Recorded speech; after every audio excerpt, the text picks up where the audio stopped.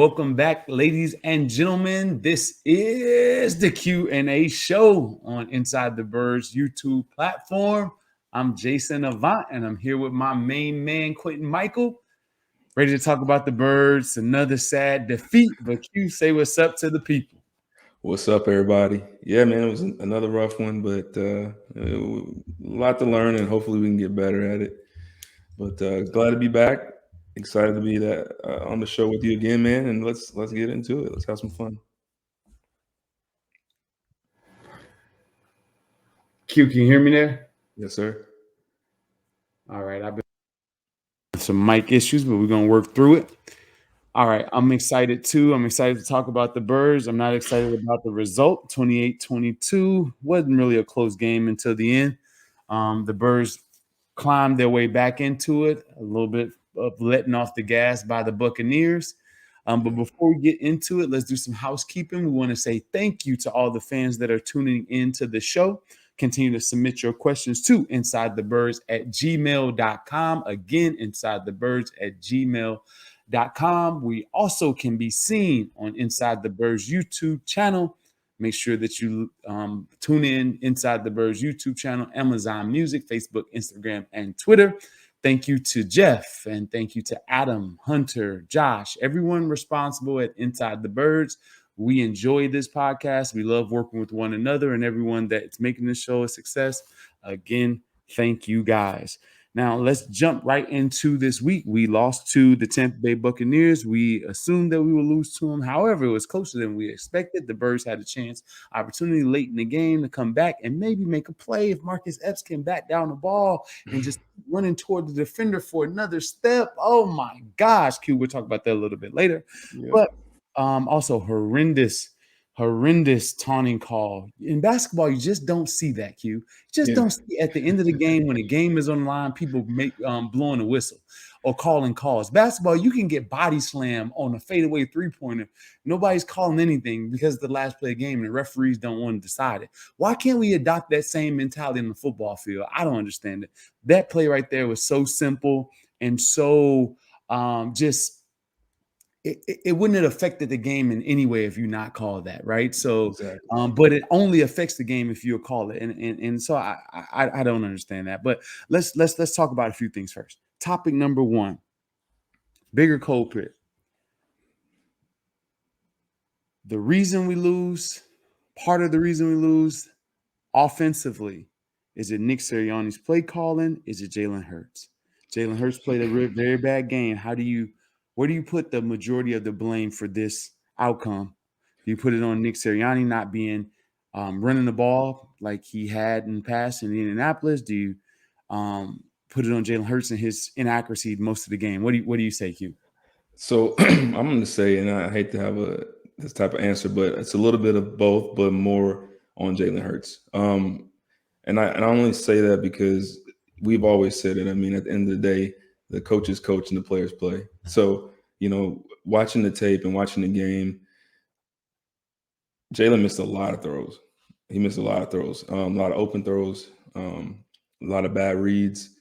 And it's to the point now where I think the best thing to do is to go back to square one, go back to the beginning and kind of rebuild him as a quarterback. I think right now what we're seeing is he's starting to digress a little bit. He's starting to get out of the pocket too soon. He's starting to run before the receivers are even, before he's getting pressure and before the receivers are even getting into their breaks. And so to me, that says he's feeling the rush. He's looking at the rush too much. And he's not really getting through his reads on time. And that could be disastrous for a quarterback. But Nick Sirianni is not helping him at all. He is definitely not making the right calls, especially in that first half. You good? No, I'm good. I'm trying to fight through this mic stuff, but we're working it out. But I agree with you. Like,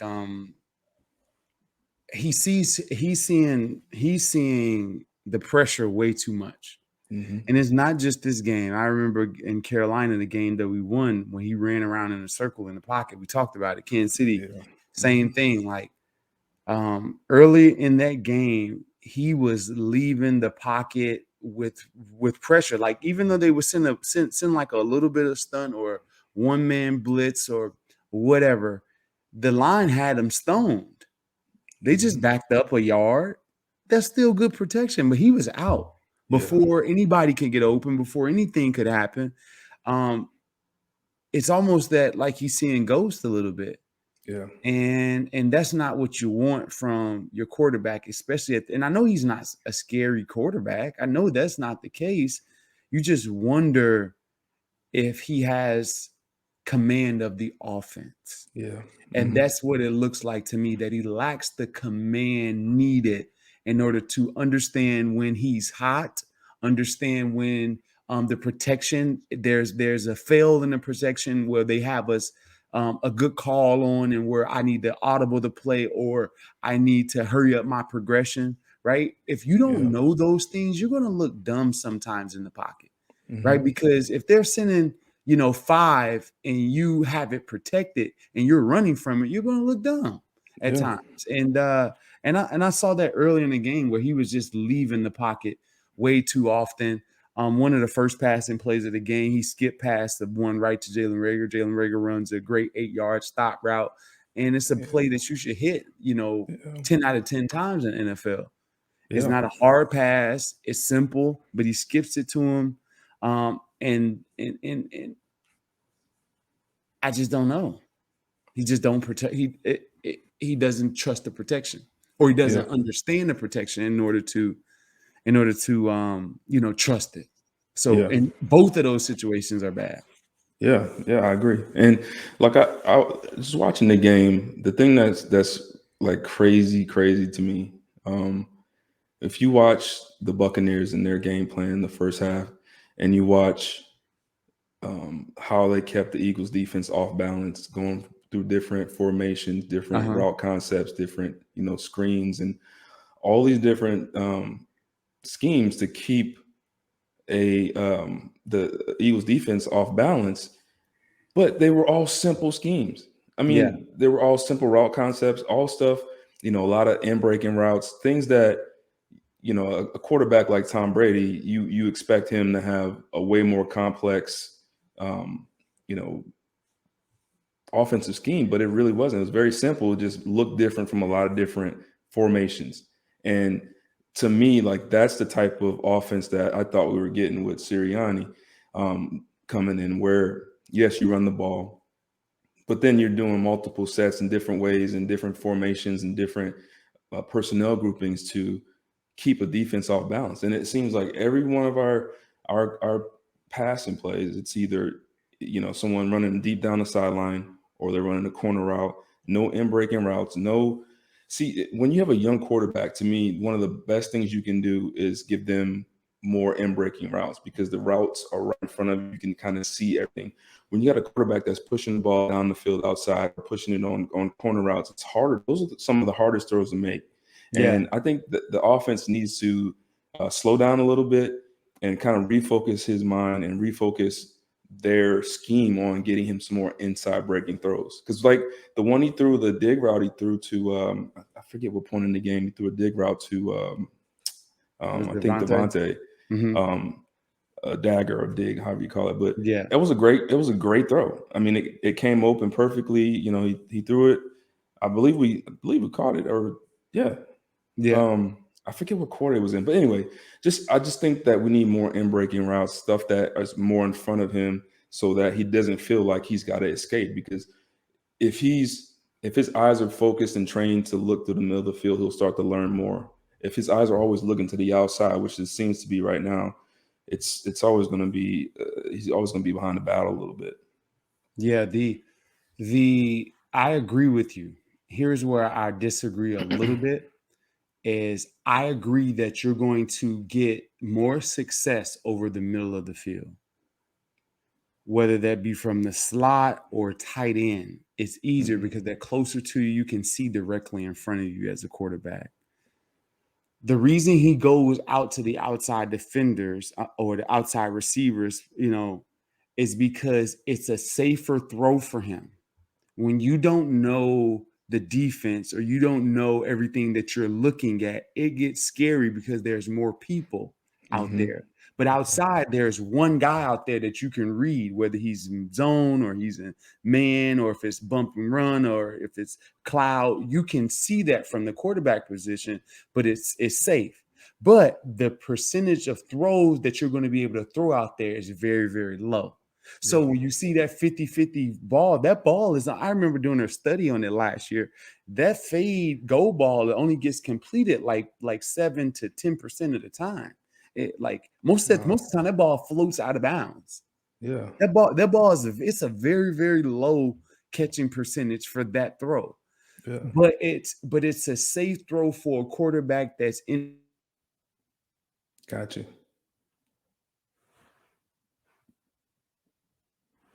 So you're looking out there and he's thinking, okay, it's one-on-one. But it's a low percentage throw. And yeah, so now let's transition off Jalen a little bit. Let's talk about Nick Sirianni's play calling. Here's the problem that I have is that going into this year, Indianapolis, he ran the ball. Preseason, he runs the ball. First game of the season, he runs the ball. Second game of the season starts to decline a little bit, but after 2 games, they were second in the league in rushing behind the Baltimore Ravens. I mention that pretty much every week. Our running backs as a whole, everybody that's in the backfield, Miles Sanders, based on his carries, he only has 57 attempts this year for 270 yards. He's still at 4.7 yards a carry, but he doesn't touch the ball. Kenneth Gainwell, 21 rushes, 100 yards. He's at 4.8 yards a carry. He doesn't touch the ball. Jalen Reagor has 6 or has 1 attempt, 12 yards, right? So the people that run the ball are running it effectively. These are really good numbers. If you end the year at 4.7, 4.8, 5, or whatever it is, that's a good year for a running back, especially a starting running back. That's a pretty good year. So if you give them the ball more often, it makes the game easier for Jalen Hurts. And why put the entire game on one person that's so young and so inexperienced when you have veteran guys around him that can alleviate him of some of that pressure, relieve him a bit in order to get the offense going in the right direction. Also gives you an opportunity to throw the ball down the field. So now what you're doing as a play caller, you're putting the game in the hands of an inexperienced quarterback, young guy. Is he talented? Is he a leader? All of those things, yes. Putting it in his hands, basically a rookie, 10 starts. And you're putting it into the hands of receivers that haven't seen everything yet. Yeah. You got a first-year number 1 guy. You got Quez. You got Jalen in their second year. You got a bunch of guys that are in their first and second year. So you're going to take the game out of the veterans' hands. So your third leading receiver this year is Dallas Goedert with only 19 targets for the year. It's crazy. Right? Zach Ertz, before he got traded, he had 31 targets, right? 8. Yeah, that's crazy. He was getting a lot of targets. Yeah. But Devontae Smith, Quez Watkins, your highest targets, and you got Jalen Reagor coming in there like fourth or 5th, right? So you're putting the game in these younger guys' hands rather than Miles Sanders, Dallas Goedert, those guys that have been around a little bit longer. And from a play calling standpoint, that doesn't make sense to me. Put the ball in the hands of Miles Sanders. Put the ball in the hand of Dallas Goedert and let everything else flow from that point. That's as simple as it gets. The RPO stuff, maybe you're trying to tell me that Jalen Hurts can't read it out like a pro quarterback yet. Maybe that's what you're saying. So I have to control the game from a run pass option and give him an opportunity. But check this out.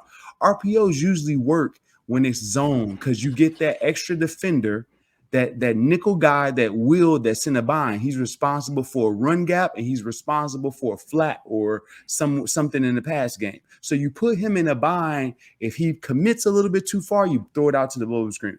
He overplays the bubble screen, you hand it off, right? Guess what teams are doing to us? They're playing man-to-man, so the RPO means nothing. Boom. That's it. They're playing man-to-man. So you don't have to read anybody. They're right in front. So just hand the ball off. That's the way to stop RPO. You line up out there and put man-to-man in front of you. Now the RPO means nothing. Nothing. And then on top of that, if you watch, So let's look at the stats, rushing stats last game. And I said this. I feel like I said this last week as well. Miles had 9 carries. Jalen had 10 carries. It's because defenses are forcing the pull. Like the RPO stuff does not work at this level because teams have figured it out. You can literally the funny thing is the offense thinks that they're optioning off of the defense, but it's actually the other way around. The defense is actually forcing your hand by making you pull and having the quarterback. So they force the pull. Now you have a quarterback with a fast linebacker, Devin White or someone Devin like White. that can chase him down easy. So it's the RPO game. Now the second half, I think they did a better job of it because they started doing some pulling and some powered like down and arounds with Kelsey, and I started to help and move the ball a little bit more. But you can't wait till the second half to figure that out. Like you have to have a conventional run game in this league. You can't go out there 17 games and try to RPO your way through a season. It's just not going to work. Teams have figured it out. People have figured this out, since Chip was here. So it's just frustrating when you hear that you hear that the RPO game is working and those are technically runs. They're not runs when you're being forced. Your hand is being forced. So at some point it's got to change, and it's really frustrating because it's really stunting Jalen's growth, and he doesn't deserve to be in this situation. Now he hasn't helped himself at all, but it's just unfortunate because I do think he has a lot of talent. I think this team has a lot of young talent, but it just seems like their hands are being forced, and they're not able to adjust because they're too young, and it's just I don't understand it. It doesn't make any sense to me. Yeah, and that's the thing. When you got a guy like Devin White, and you got guys that can run on defense, and it's not just Devin White now. Shaq Barrett can run. Yeah. JPP can run. These dudes are not just big guys that just bowl people over. No, they can run too, and they can run good enough on an angle in order to make it turn you back. They don't have to be They don't have to run as fast as Jalen Hurts. They just have to be able to run good enough to get on an angle to turn you back inside. Yep. Or flush you to the sideline. Yep. Right? It's it's a little perplexing. Like I'm wondering, and this is me, and maybe you say, Jason, man, you're a conspiracy theorist. I still believe in my heart that this is a trial year for Jalen Hurts. I think that there was a meeting that says, hey, let's put the ball in Jalen Hurts' hands to see what he has, to see if we want to move forward with him in the future or not. But we're going to give him that opportunity to put the ball in his hands to see if he can make plays or not. And so I think that the team has literally taken the run game out of his hands to some extent, because them refusing to have a run game. And remember, check this out. When you're talking about RPO, a lot of times there's delayed blocking schemes. There is linemen that are afraid to get off on the ball so hard because they don't want to be a man downfield, legal man downfield. It makes you timid. Yep. Right? RPO scheme is about timing. It's about engaging your block at the right time in order for the run to pop or to give you the option to throw it. Right. So you're always a little bit afraid and timid. And it's always you're massaging it. You're not just coming off the ball and being aggressive. And that's why you need that run game, because now you are establishing the run game. You're giving the offensive linemen some confidence. They run block better. They're going to pass set better. It's going to open up the play action game. It's going to help your younger quarterback out. There's so many advantages to just lining up, picking a run left or right. How about that? Instead of giving them an RPO, give them a run option. Serious. It's not a run or pass option. It's a run option. Give him that. Give him, okay, the safety comes down left, you run it right. That's it. Yeah. How about that? He comes down right, you run it left. Give him that. How about that? That's literally still what Tom Brady does. Like, that's the thing that's perplexing to me, is that, you look at these quarterbacks that have been around the league, and they all do it. It's simple. It's really not that hard, and it doesn't have to be so complicated. And that's the thing that makes me also feel like that a little bit of this is on purpose, just to see what they have or whatever. Because as simple as something like safety down in the box, let's go the opposite way. That's like day one in football, and so Mhm. it almost feels like it's on purpose. So, Yeah. I hope that's not true, but it's really, really perplexing to me. Yeah. So here's a question. Mhm. How do you know if Jalen Hurts would do better with a different play caller, or if Sirianni would look better with a different quarterback? Now, that's a tough question. I'm going to, jump into that Yeah. because we know that Sirianni would look a little bit different with a play call. Because remember, this is the Chargers coach, that old Marty Schottenheimer. That's where he comes from, right? That's just coaching tree with Frank and all those guys. All of those guys came over from the Chargers, Schottenheimer, North Turner, those Mhm. guys, right? So you have a traditional quarterback in Phillip Rivers and Drew Brees and whoever you've had in that system for years, right?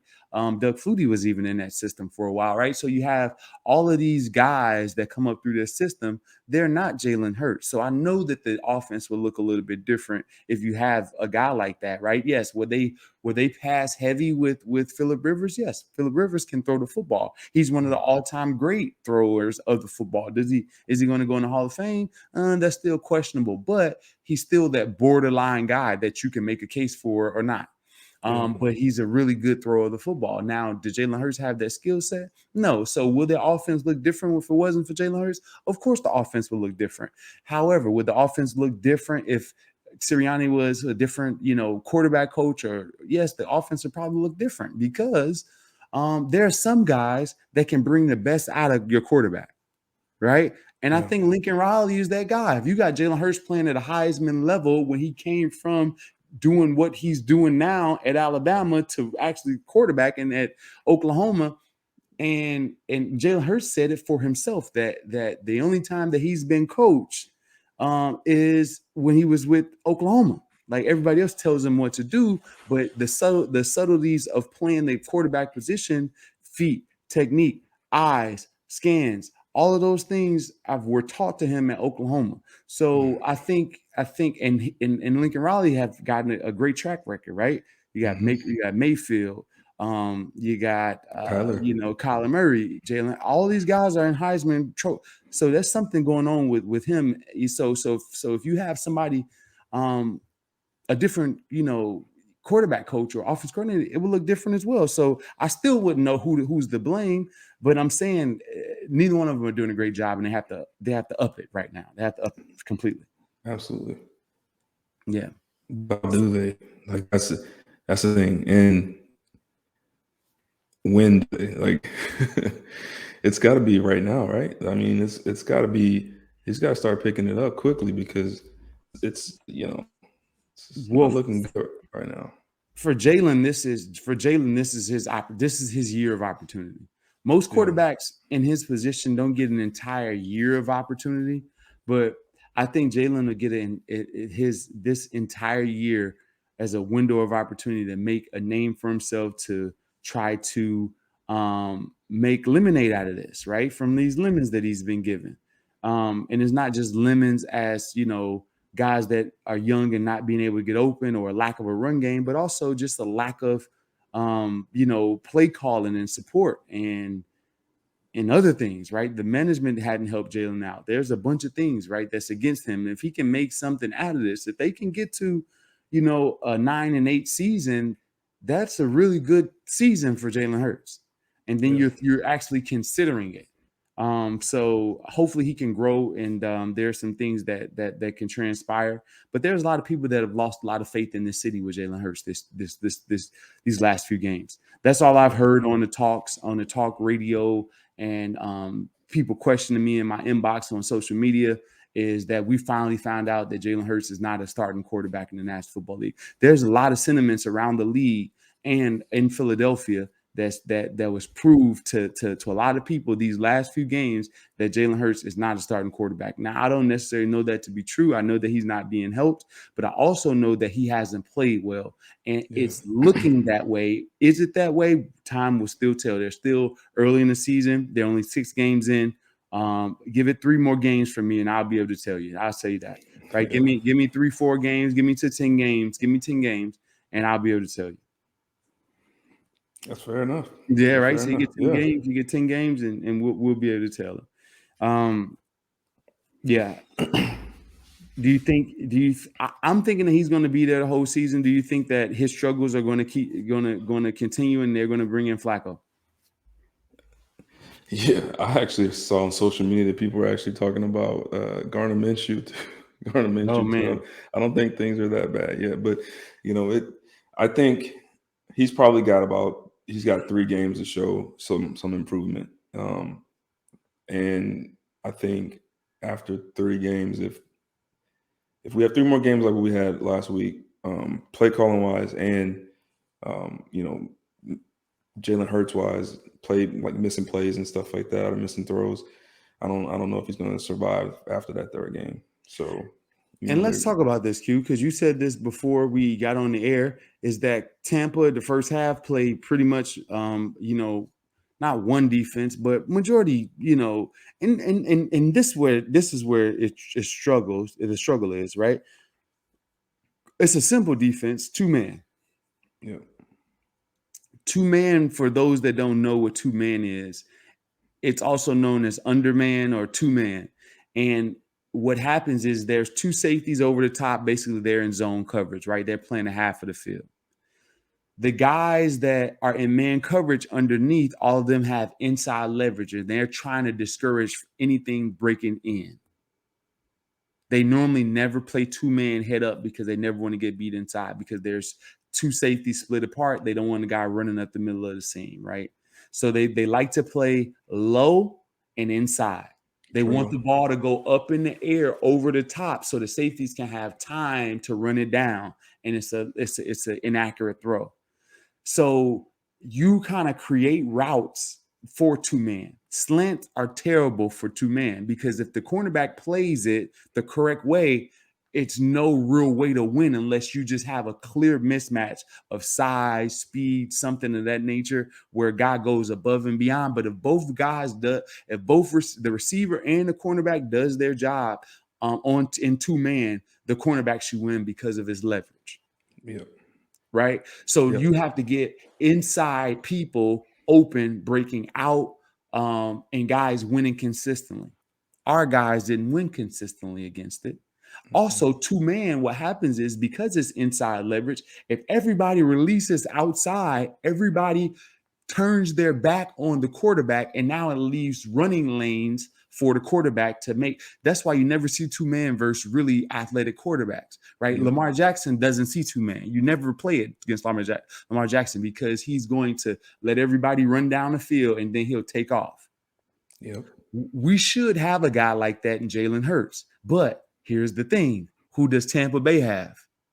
Devin White. You got Devin White that runs a 4-4 and can run around anybody. So now you're able to play a defense that you shouldn't be able to play against a quarterback like Jalen Hurts because you have a superior player in Devin White. And then the inside breaking routes that you normally see versus 2-man, it could be a corner, it could be an out or things like that. You don't see a bunch of it because our guys are not winning. And then we're trying to throw the ball to outside receivers on crazy stuff in 2-man. You can't run stop routes in 2-man. You can't run in cuts in 2-man. 2-man kind of takes away the outside receivers. That's his job. You got the sideline, a guy standing underneath. You can't break inside. So the outside receivers is pretty limited, and you got a guy over the top. So that your inside guys should be the ones that's making plays. And we didn't see enough schemes to get the inside of the field, guys breaking out and different things like that in order to win against that coverage. And that was it, broken down. And Q, you want to add anything to that? Yeah. Well, I'll say this too. 2-man is probably one of the most favorite coverages by nickels and corners because it's a defense where you basically get to cut loose. You can jump stuff, you can play underneath. Like, it's the exact defense that you want to try to get some interceptions. And so, you got someone over top, and basically what they try to do is create a sandwich between the defender and the safety. And so when you have a team that's aggressive and fast like that, and you got guys that are pressing and running underneath and trailing, it makes it difficult for receivers at times, especially young receivers. And the thing that I saw the most out of it was no movement. Like, as you know, let's say I'm in trail man, the first thing, if I'm a receiver and I got trail man, the first thing I need to do is stair step. I want that guy directly on my back so he cannot tell if I'm going to go right or left. Right or left. Didn't see that at all, and that was shown with our young receivers. Now they've seen it, and now moving forward, if another team does it, I think they'll be able to adjust to it. But it was something I don't think that the Eagles coaching staff expected. It's something that I don't think the receivers and quarterback wise we worked on, because as you said, I mean, that's one of the most easiest things to see as a quarterback. If I see my receivers running down the field and all I see is defensive backs, their numbers, then you just take off. And I agree, Devin White definitely had a big say in why we couldn't. But even if Jalen isn't, even if Devin White is that fast, Jalen still didn't recognize it. Yeah, he still didn't take off. He didn't take off. Yeah. He was still trying to make those throws into those double coverages, and that's the thing that told me, like, okay, they did not expect to see this. At all. And that's the thing, like, two-man exactly. And here's the thing about two-man. If you don't have a dominant play caller, somebody that can run, the outside guy in on a seam up and then back out, stuff like that, where the guys are twisting and things of that nature, or you have a dominant slot that can win. The thing that we saw on Sunday Night Football, and a lot of people don't want to hear me, and also even last night with both those teams that played last night, right? You saw Cowboys play Sunday night. We saw the Tennessee Titans, and we saw the Buffalo Bills. The receiver play is just excellent because those guys win one-on-one matchups, right? And you start to see, and two-man is one of those coverages where you need elite route runners, because the margin for error is so low that you got to be able to know what you're doing as a route runner. And also the quarterback has to be accurate, especially if he wants to throw the ball outside. Like, yeah. So let's go on that. We beat that up a little bit. Are the Eagles developing a reputation for being soft? That's the last question in this section. Yes. 100%. Oh, man, you gotta expound, Q. Tell me about this. I think they're getting a reputation for being soft in the sense that, at least, well, let's say offensively being soft, in the sense that opposing defenses don't fear our offense. They don't fear the run game. And seeing as much, especially the first half, seeing how much two-man they played and how, blitz scheme wise the Bucs had some radical looking blitzes and some new stuff. I actually was like, okay, I like that. Some fire zones and stuff like that. So to me personally, I think that this offense has gotten soft in the sense that nobody's fearing us. Yeah. We got young receivers. We beat it to death. We got young receivers, young quarterback. We have a tight end. Well, Ertz is not here anymore, but a tight end that when he came in the game, we knew it was going to be. Everyone knew it was going to be passed. I mean, he's not a blocker. That's not what he does. You got a running back that gets the ball 4 or 5 times a game. Our O-line can get up and go, but they're pass blocking all game. So in my opinion, this is a soft offense. This is a soft, it's just soft to me. It's just soft football. It really, to me, it feels like I'm watching a flag football game. Like, that's what it seems like to me. My son's played flag for years, and it looks like the exact same thing. And it's really frustrating because, when Nick Sirianni came over here, we were all excited to have a good run game, seeing what they did in Indy and what they did in San Diego. So it's really, really frustrating to see that change in this offense. So yeah. What about you? I mean, how do you feel about it? I think we're soft, but I think the biggest answer besides, and I don't know if soft's the word, I just think that we just don't have an identity.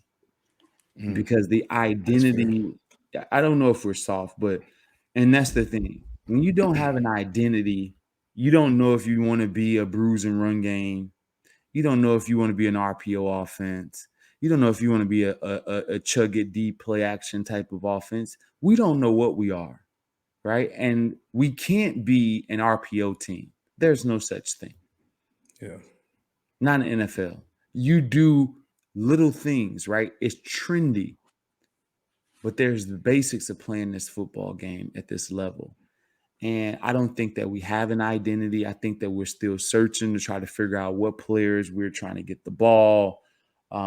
There's so many different things that this team is lacking and need. Do I think that they're soft in and of themselves? No. Do I think the message that we're putting on tape is soft? Yes. That's a totally different subject, Yeah. right? Because if you're catching the entire game, if your receivers, if here's the thing, if a team feels like they can line up on the line of scrimmage, beat up your tight ends, beat up your receivers, and get after your quarterback, the team thinks you're soft. So I can say that the opposing teams thinks the Eagles are soft. Yeah. There you go. That's a better way to put it. Yeah. And Because of what they're doing. Because when yeah. you get into a Todd Bowles and he's dialing up blitzes that we haven't seen on tape, he's saying, you know what, this young guy can't, he doesn't know what's going on. I can dial up anything. I can play 22 man on him the entire first half, most of the game, and they not be able to adjust to it. And I can get after these receivers and they won't be able to get open. They're not going to run the ball. So automatically their strength of their team, the offensive line, is going to catch all day. We have superior pass rushers, so we're going to make this team soft. Because if you're pass rushing all day, you're going to be soft. Yeah. You Yeah. got no opportunity to fire off on them back, and they don't. So And yeah, let's not forget, right? That secondary is pretty banged up. I mean, they lost they Richard lost their two Sherman front. on, yeah, and Yeah, so yeah, they already down Murphy Bunning. They were down Davis. They lost Richard Sherman. You got your fourth and fifth guy back there playing, and we still can't. Our leading receiver for the game had 44 yards. that's crazy. We Quez got to get Watkins, back to there. right? Isn't that crazy? That's the That's case. crazy, man. Yeah. So let's switch over into this DraftKings, my Yes, man. sir. NFL fans hungry for a big win this week. DraftKings Sportsbook, an official sports betting partner of the NFL, has you covered. New customers can bet just $5 on any NFL team to win their game. And if they do, you win $200 in free bets. Winner, winner, chicken dinner. It's that simple. DraftKings Sportsbook customers can also get skin in the game with with the new same game parlays. Combine multiple bets from the same game for a bigger payout. The more legs you add, the more money you win. DraftKings is a safe, secure, and reliable. And best of all, you can deposit and withdraw your cash whenever you want. Download the DraftKings Sportsbook app now. Use the promo code ITB. Bet just $5 on any NFL team and win your game, and you win $200 in free bets. If they win, you win with promo code ITB this week at DraftKings Sportsbook, an official sports betting partner of the NFL. Must be 21 or older, Pennsylvania only, new customers only. Restrictions apply in partnership. This is in partnership with Meadows Racetrack and Casino. See DraftKings.com/sportsbook for details. Gambling problem? Call 1-800-GAMBLER. And we are back for the second half of this show. And we're going to go into the defensive portion of this show. Before we get to that portion, let's talk about Jalen Reagor just a bit. Okay. Jalen Reagor had a guy beat twice down the field, ball short. I gave him a bad grade in Dallas for not coming back to the football and letting Anthony Brown pick that off. But I must say that this was all on Jalen Hurts, the ones that were Jalen Reagor this week. Gotta get the ball out there, man. Oh, come on, brother. Well, Got the PIs, but man, you gotta get the ball out there. The second one, I don't know what Jalen was looking at. He threw that so late. I mean, coming out the break, Jalen had a good 3 steps on his defender, and Jalen saw him, and then it was like he just waited and waited, and then launched it. But I'm like, why did he wait so long? Like if he throws that right as he's coming out, that's a touchdown, It's easy a money. touchdown. Yeah. The thing is that the timing, like I said, I've said this in shows past, and this is me knowing the player a little bit. He's so confident and he's so cool that I think sometimes that he is not urgent enough. Yeah, There's a they said game that. Yeah. time urgency, and that urgency is beyond your personality type. It's on its time. Check this out. This game doesn't play at your pace. Yeah. It really doesn't. Like, you can slow the game down, but there's still a timing to your offense. There's still a timing to the plays. You got to know when that time is. And that's a perfect example of knowing when to get the ball up. You may get away with that in practice and the coaches may not say much, but check this out. If you see a guy open and you don't throw the ball, there's a defender that knows that you know that he's open too. Yeah. Yeah. And Yeah. that safety usually can get over there if you give him 2 steps. Mm-hmm. There's a reason why the quarterbacks look straight down the field for until they get to the top of their drop. There's a reason to that, because they're trying to keep the safety at bay. Yeah. Luckily, we got 2 pass interferences, but those should be touchdown plays. It just sucks because you just think what could have been, that could have. Yeah. Plays like that is what kind of can change a lot. So hopefully we'll get it next time. Yeah, we'll see. We've been saying next time for 4 games. So we'll see how that next time be. Oh, All right, let's talk about it. And here we go. Was there improvement after the first quarter versus Tampa Bay, or did the Bucs move into a running heavy offense after the 28-7?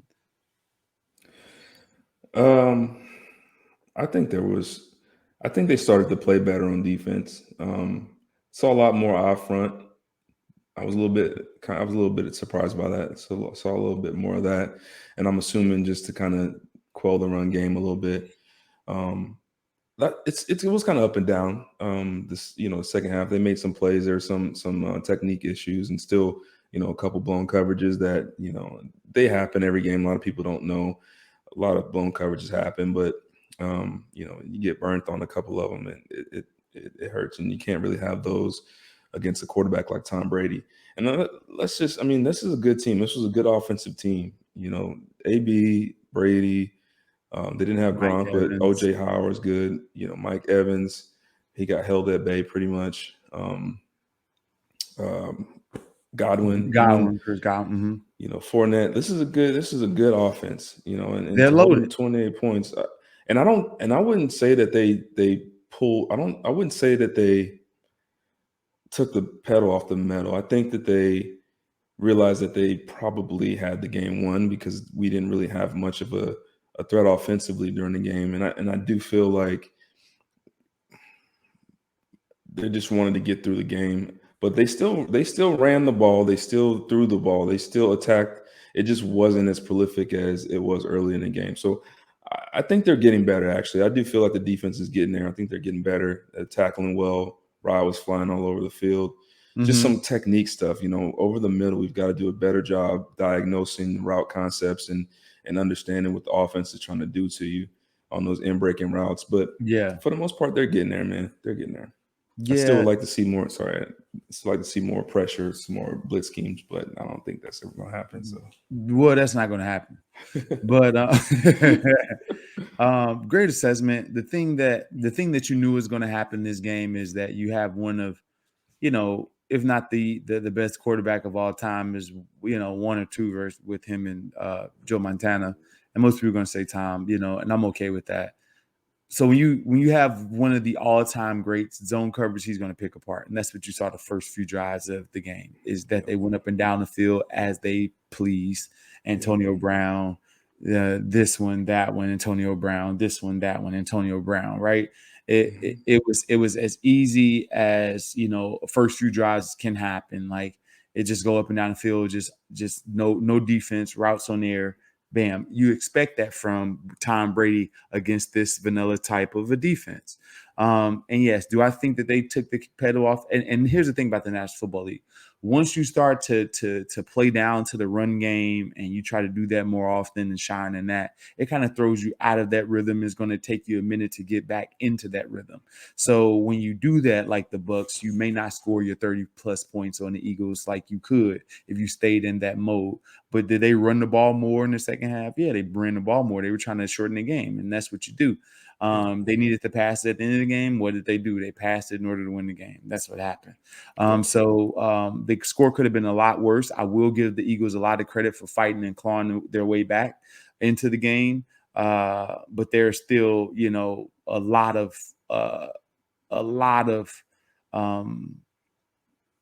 plays that the defense could have made in order to complete the comeback. And one of the plays to me,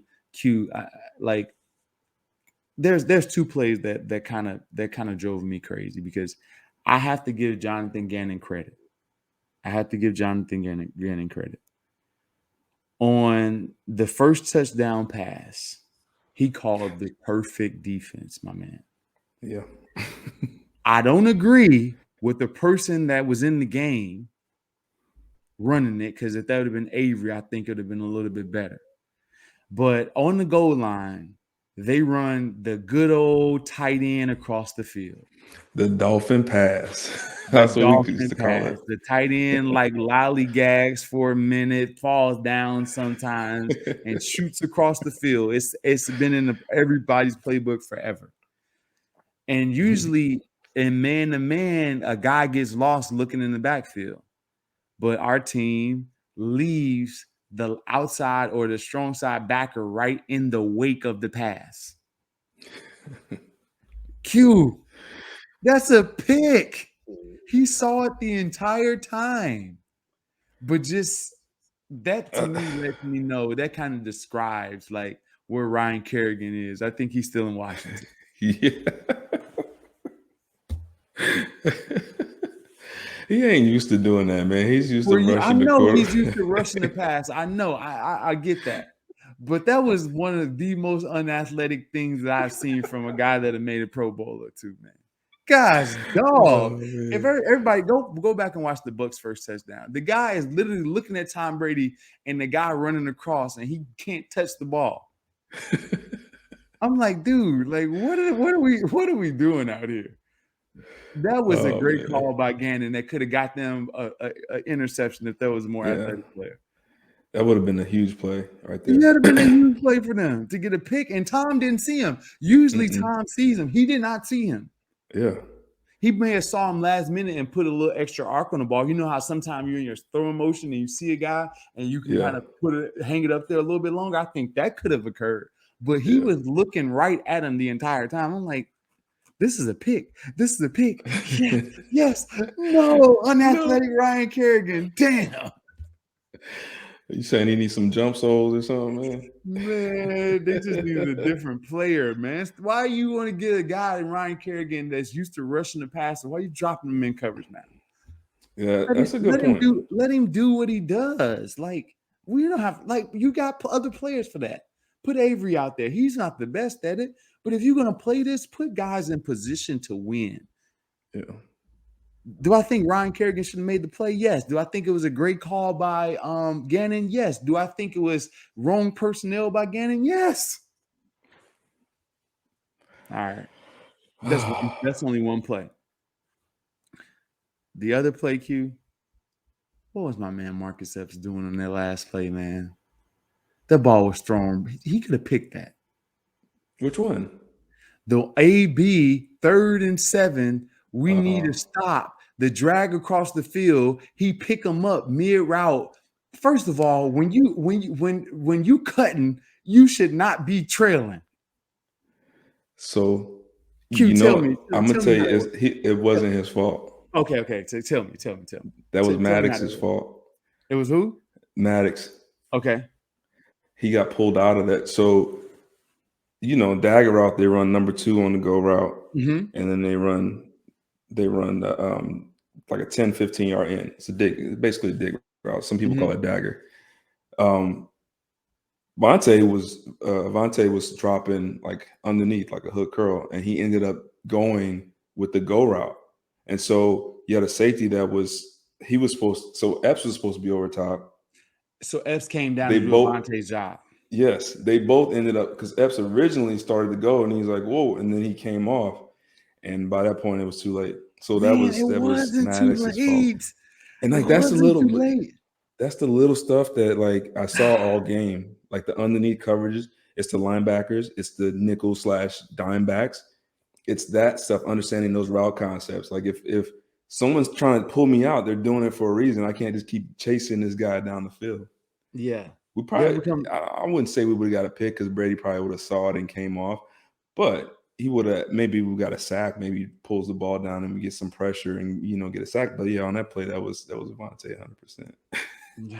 All I know is Epps was in play in phase to make a play. He was there. He actually could have picked the ball. The ball is pickable. But some guys have ball skills. Some guys don't have the best ball skills, to me.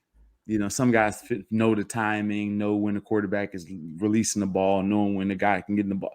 Like those things. Like, there's some guys that have it. There's some guys that don't. But that ball was behind Antonio Brown. It was a bad throw by Brady. And there was an opportunity for us to at least get a hand in there. But I thought it was a very interceptable or a ball that could have been picked. And the last play that I'll say, doggone. Like, why are you one? I don't like the play called by the refs, right? The taunting call. Oh, but my God. why are we pumping our chest? We've been getting beat down the entire game, though. Is it just the emotion of just defense? Because I don't identify with you guys all the time. I'm gonna say that. I'm gonna separate us now. I don't identify with the defender all the time, because offense, a lot of times you can't play with that much emotion, because you'll have a false start or you'll do something silly on offense. So you can't play with that. You have to have a more relaxed, focused, intentional mindset. Defense, sometimes is, especially for those guys up front, you guys are thorough and you guys are thinking about coverages and schemes. When you guys up front, they just see ball, get ball most of the time. Once they execute their job, it's see ball, get ball, right? They on the right side of leverage. They executed their stunt. Now it's just time to get the ball. So I don't understand, the bravado in certain moments and times like that. Okay. Do you understand when a receiver catches a 5-yard hitch for a first down and then got to do all the dancing and first down and all that stuff? All right. You'll understand. It all depends on the play. But if it's a first down, anything goes. There was something that was accomplished.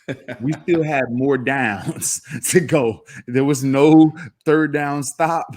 There was no big hit. There was no spectacular play. There was nothing that said celebrate. Understood. That was a bonehead play, especially in that situation. I agree with you there. And it cost us dearly. Especially in after you get, everybody's been warned, and then you seeing what's going on around the league. That's just a point of emphasis. Look, all you got to do in that situation is, you're excited, just turn around and celebrate with your team. That's all you got to do. Yeah. It was frustrating. The ref, he didn't have to call that in that situation. That's a situation where that the ref, he goes over and he grabs the player and he's like, "Get back to your huddle." All right. Yeah. That's fine.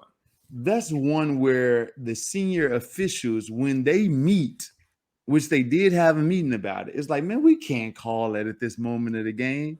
Like, man, pick that flag up and stop playing. If I was the head official, that's what I told him. Like, man, listen. There's no foul on this. That's like, what are we doing here? Like, our job is not to be seen, and this is definitely too visible for me. So, all right. So I want to go back to that play again, because I'm looking at it. I was talking about a different play. So that play, I believe it was. You talking about Maddox? Yeah. Yeah. Well, it was Maddox. And you talking about Epps? It was Epps. Yeah. and Rodney. I think Uh-huh. that was one a robber defense, cover one robber. Yeah. And I think what happened was it was an in breaking route and Rod overran it. He came down hard on it, but AB just kept running and he adjusted and went above him. Justin went up the field on him. Yeah. And when That's the one I remember, but Epps was still there. yes, he was still there. He was still I there. mean, that was it's basically a double team at that point. So basically, AB beat a double team by just continuing to run across the field. Yeah. So I was thinking about a different play, but yeah, that's what happened. So I would put that one on Epps, and I would put that one on Rodney. On Rod, yeah. Yeah. So sorry, But Rod. I love you, in order bro. for you to run past double team, that's one thing that you need right there is some pass rush, ladies and gentlemen. You got to get there, right? Because if a guy has a robber on him and he's able to catch a crossing route all the way over on the other side of the field like that, that's a lot of time. Yeah. Yeah. Brady was sitting in the country club on that play. You know, he's so disrespectful too. You know, it's so disrespectful is when he stops his feet and just stands straight up and down. That I have to let you know, lady. Whenever you see him do that, he's saying "F you." That's what he's telling everybody on the field. Y'all babies, y'all child. I'm the GOAT. Your children, I'm the GOAT. F everybody out here. That's so disrespectful. It is like when you're in the middle of the game, there's bullets flying at you, and you're just sitting there with both feet planted, your knees are not bent. You just sitting like, oh, my line got it. You guys suck. Straight statue. Yeah, that when you see that, when you see that, that's like the ultimate disrespect. Just eyes out for that this season when you see Brady play. That's too funny, man. Yeah. All right. So let's wrap this up a little bit. We're going to go Avonte Maddox. Saying Avonte Maddox is playing a little bit better. What are you seeing from Avonte Maddox? Yeah, I think he's playing better. I think he's playing with speed and athleticism. He's still got to get better, being in the right spot in certain defenses and really understanding the schemes and where he's supposed to be. But I like his speed. I like his athleticism. Moving into the nickel spot, I think was a good move for him because I would say in this defense because he doesn't have to play. We play more zone. So once he figures out zone and understanding what the offense is trying to attack him and how they're trying to attack, and once he understands that, he'll keep getting better. So I'm actually pleased with what I've seen so far. Again, he's got to get better in a few things in his drops, but I like it. I like it so far. Let me tell you something. I agree with you, but I can't agree with you fully. Because I don't know if a guy's getting better or not when you don't play man to man. True, that's fair. I don't know. Is he hiding in zone? Is he playing zone really well? That's beneficial. Guys that can play zone in a zone defensive scheme is very, very valuable.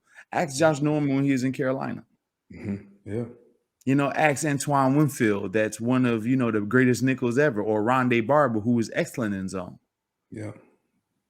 There's some guys that are built for corners and nickels, and they're built for zone. And that's good. But if you're going to tell me, you're never going to hear me say that one of the best cornerbacks that ever played this game was a zone only defender. Because you got to be able to play man. Yeah. To me, man, zone is good. It's good. You can be a great zone defender. There's value in it. But I don't know if you're getting better unless you can cover somebody. Because ultimately, when you're a cornerback, you got to cover people. And when the game is on the line, nobody's playing zone. Yeah, very true. That's a good point. I agree. That's where is there value to it? Yes, there's definitely value to it. Yeah. There's been some of the greatest defenses that ever played that were mainly zone defenses, like the Steelers. The Steelers historically, are not man coverage, systems. It was all zone. Now they played their zone so tight that people thought it was like man, and they knew every hole in their defense, and they had exotic blitzes in that 3-4. Back in those days of what's the defense with Dick LeBeau? Dick LeBeau. Yeah. So back in those times. All right, Q, let's get into this Manscaped read, and we're going to start to make our segue into the next one. All right, Manscaped read.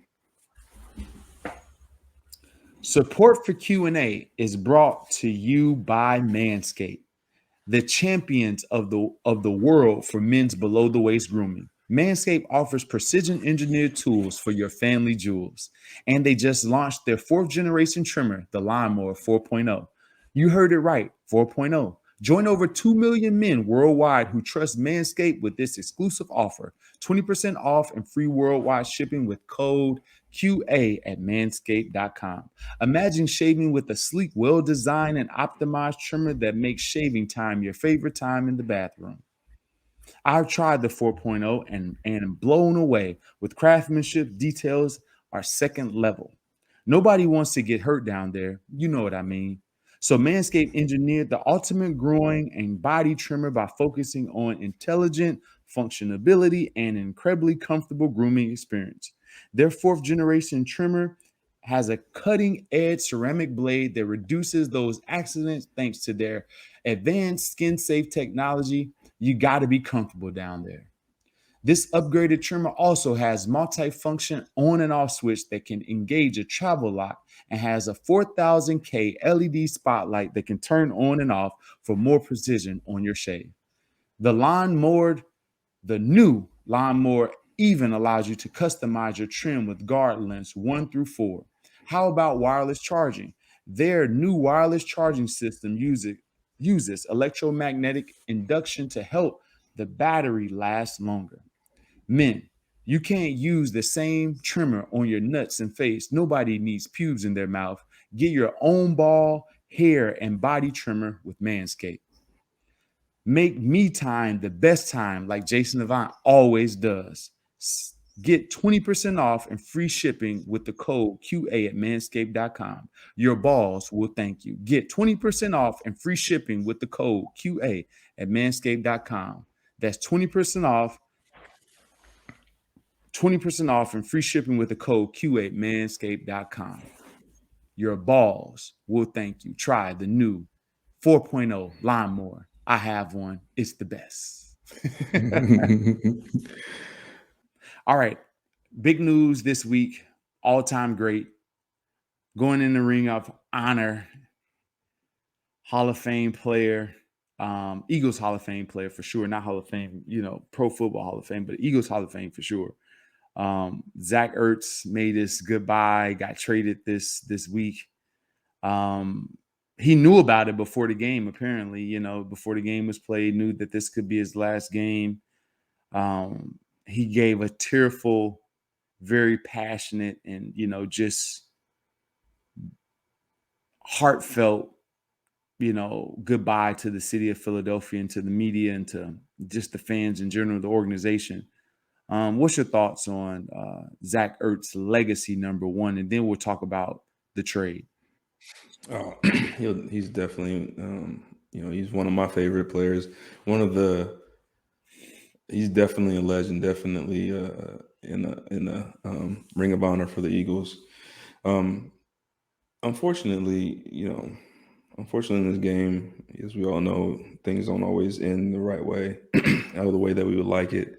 So my heart goes out to him because I know he was Philly, through and through. He loved his team, loved the city, did a lot in the city. And it's always tough when I see that because it just brings back a lot of memories of not just myself and my experiences, but other people, other greats that I've seen come and go through this organization. And I know what he's going through. I know the feeling, and that's the thing that hurts the most is that you just don't hate. You hate when things go down this way. You just want everyone to be able to retire with their team.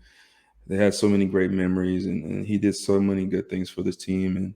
And my heart goes out to him. I know he's in a good place now, and he'll be successful there in with the Cardinals. But it just kind of hurt. It just doesn't quite feel right. But it's part of the business. It's unfortunate.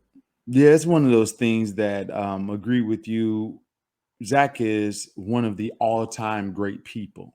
Yes. Not just players, but just a great person that always represented the city well. You rarely had anything negative to say about him off the field. Yeah. He gave the Eagles even a bigger brand with bringing in, marrying, his wife Julie, that, the soccer side, and them being a power couple. And it was just a very, very good vibe for the city of Philadelphia, just what he brought. The Ertz Foundation, with him and his mom helping out people in Kensington and creating a center there. There's so many positive things about his legacy. He always worked hard, caught passes, taught other guys, and encouraged, was always a leader. Just a highly productive player that owned the middle of the field for a good 3 to 5 year period of time. Um, you know, Made Pro Bowls, just a very, very solid person, very, very solid player, one of the best that ever do it. Super Bowl champion, highlighted in the Super Bowl, meaning that when the game was on the line 2 times, fourth down, and also to score the go-ahead touchdown, Zach Ertz showed up to make a play. So I'll always, have a heart for him as a teammate, and knowing how hard he worked, but also just of how dependable and reliable, and how selfless he is as a person. So I just want to take my thanks to Zach Ertz. All the best with your career moving forward with the Cardinals. You definitely earned, all the praise and all of the adoration that the city is giving you this week, and I'm very, very proud of you as a a teammate. So congrats to Zach, and I just got the utmost respect for him as a person. Um, Absolutely. as far Well as the said. trade, yeah, as far as the trade, Q,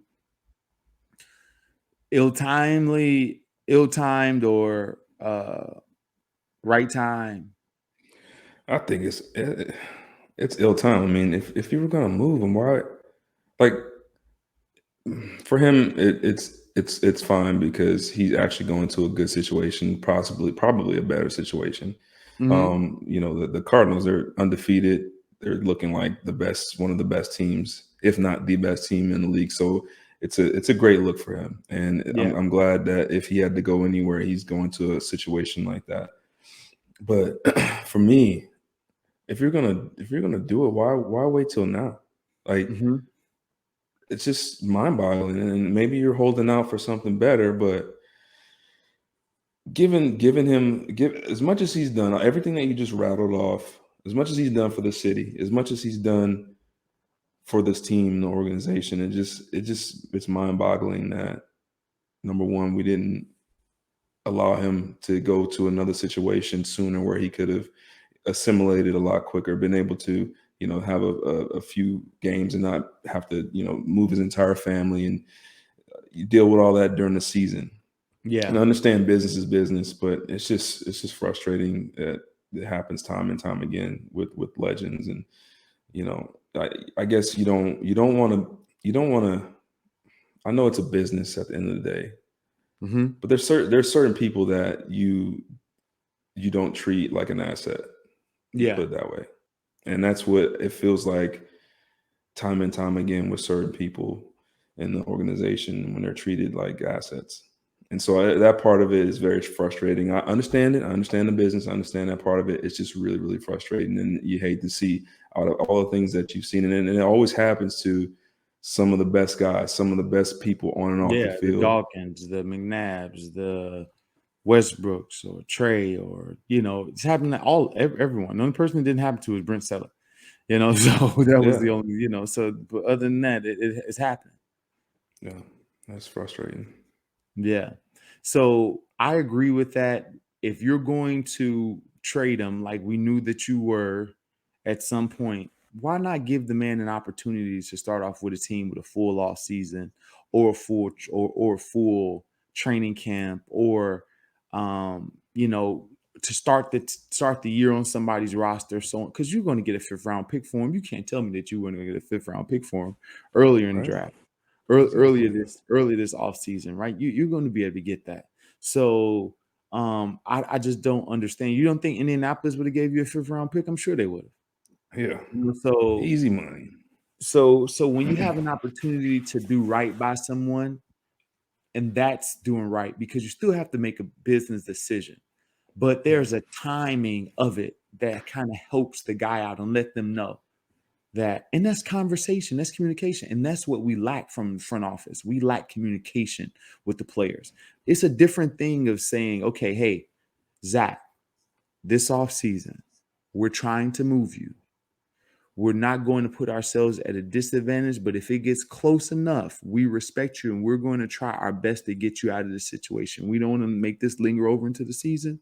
We can't promise you that, but we're going to. I'm telling you that we're going to try to move you and put you in the best situation possible. Right? That's a different subject than we're just not going to pay you. You got to fill out your contract. We expect you to show up to training camp.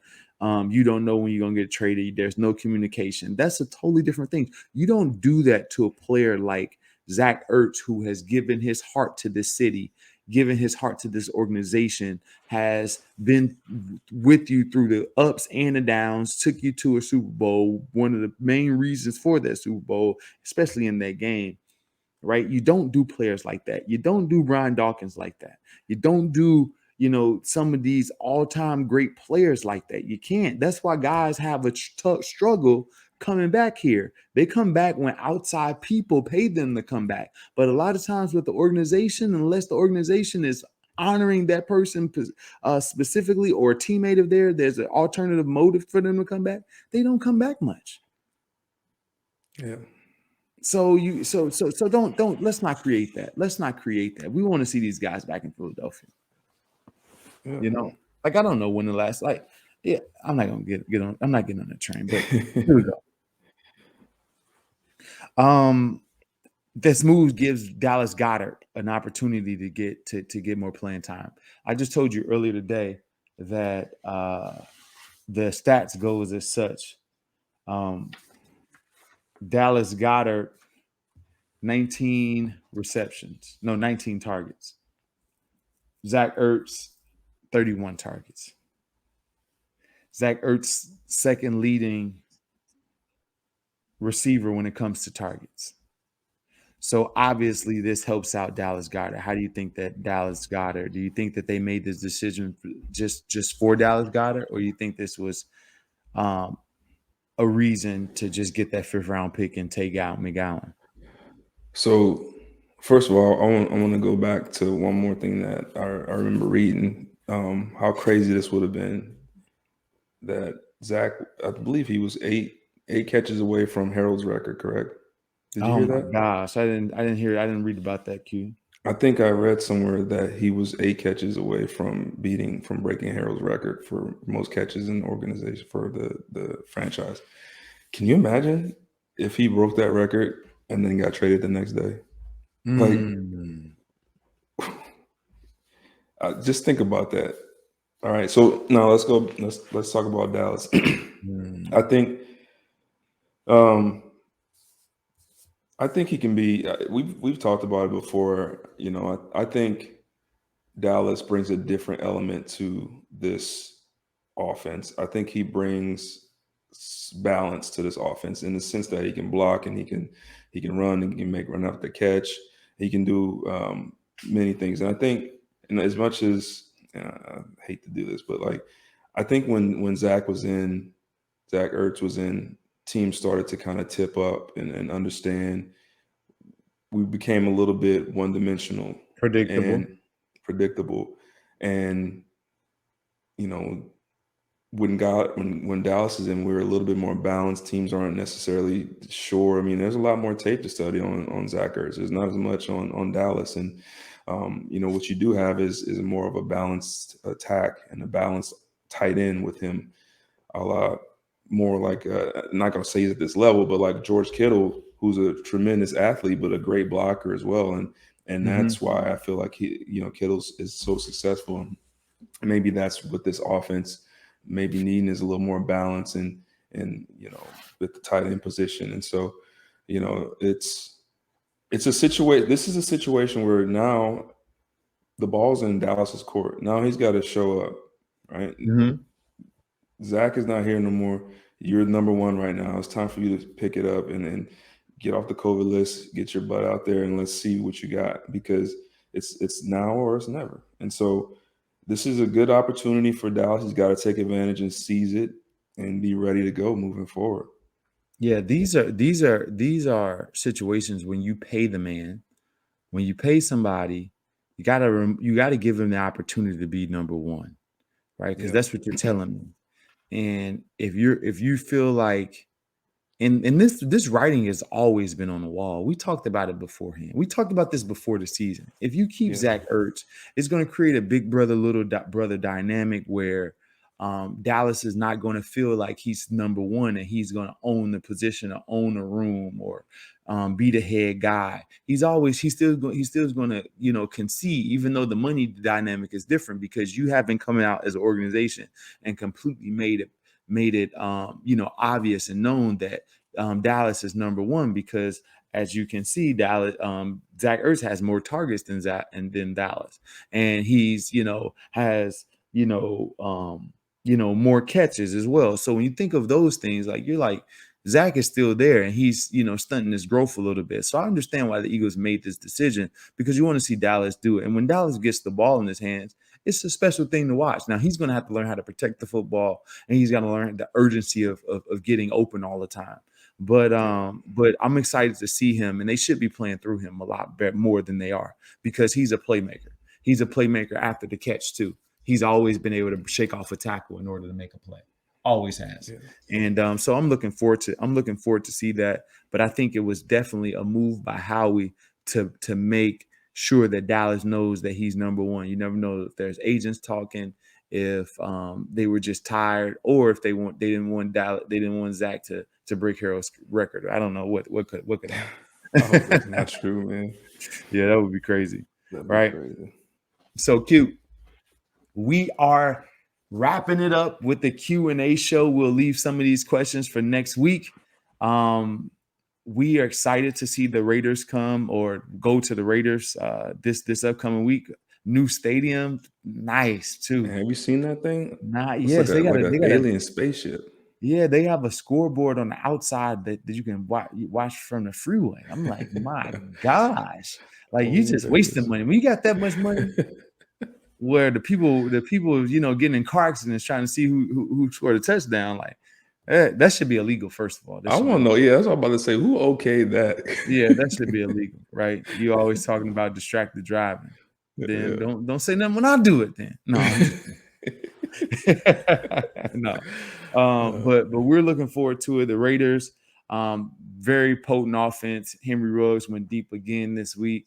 You have, Josh Waller. Jacobs. Oh my gosh, I don't Waller. I don't want to talk about that. That's a nightmare. He's a nightmare.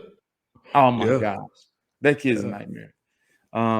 Yeah, so we got Renfro, like what you got Hunter Renfro. Like, you got guys that you have to look out for. It's a very, very good offense. We're looking forward to it.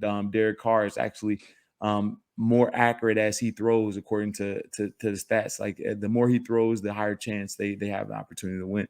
So we'll see. They've been under a lot of turmoil with the John Gruden stuff, but we'll see if they're ready to take it to the next level, or they're going to allow John Gruden and his backlash to sink their season. We'll see how it goes, and hopefully they're playing bad so the Eagles can get a win. But I'm looking forward to the game this weekend. And thank you guys for tuning into the Q&A show. Thank you to everyone out there that's supporting us. Again, check us out on Inside the Birds YouTube channel, also Amazon Music, Facebook, Instagram, and Twitter. I'm Jason Avant, and the last word will go to the man, Quintin Mikell. Thanks, everybody. It's always a pleasure. I love talking to you. I say it every week, man. I always learn something. So it's a good time, man. Appreciate it.